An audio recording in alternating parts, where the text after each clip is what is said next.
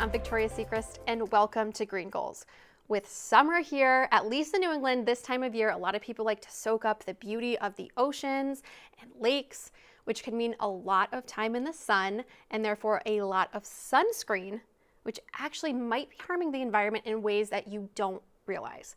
But before we get to that, let's go to Laudato Si, where Pope Francis says, "The entire material universe speaks of God's love, his boundless affection for us. Soil, water, mountains, everything is, as it were, a caress of God."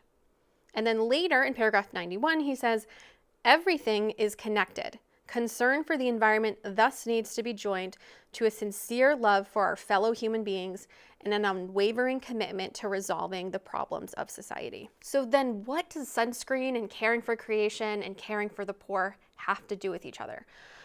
Well, I want to start talking about what's actually in sunscreen. The most common sunscreens have chemical UV filters, and these often harm our beautiful coral reefs under the water.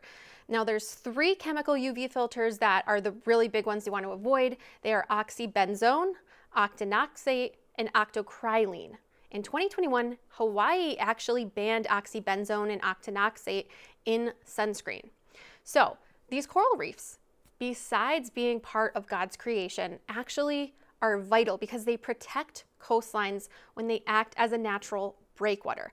They also bring in billions in tourism revenue. You know, think if you want to go snorkeling, you're probably going to want to go see a coral reef, but if they're damaged or they're dying, that's not going to bring in as much money. Coral reefs are also crucial for fishing grounds, especially in states like Florida and Hawaii. The National Oceanic and Atmospheric Administration actually says reefs are a habitat for 25% of marine life. But if the reefs are damaged, communities face more erosion, possibly more flooding, and local economies will suffer, which of course, when that happens, that's going to then affect the poor. The good news, though, is that there is effective sunscreen out there that doesn't contain those chemicals or harm those coral reefs. So one brand I heard about is called Sunly, and this is made by a company called Attitude.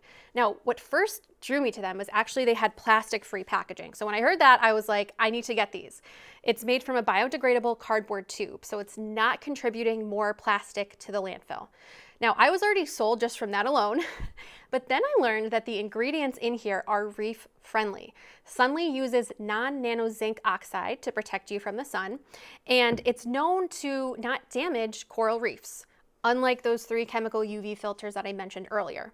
Another sunscreen ingredient that's human and reef safe is non-nano titanium dioxide. That's not what's used in this brand, but there are other brands out there that do use that so they can protect your skin and protect the reefs. So you're just gonna have to do your research to find one that you like. I will say, you know, because this is made from a biodegradable tube, it's a little bit different how it works.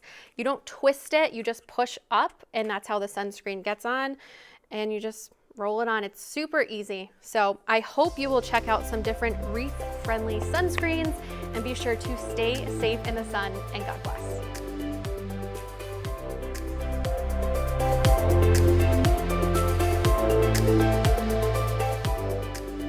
Hey everyone, I hope you enjoyed Green Goals, a segment where we look at ways that we can live out Pope Francis's call to care for our common home, inspired by his encyclical Laudato Si.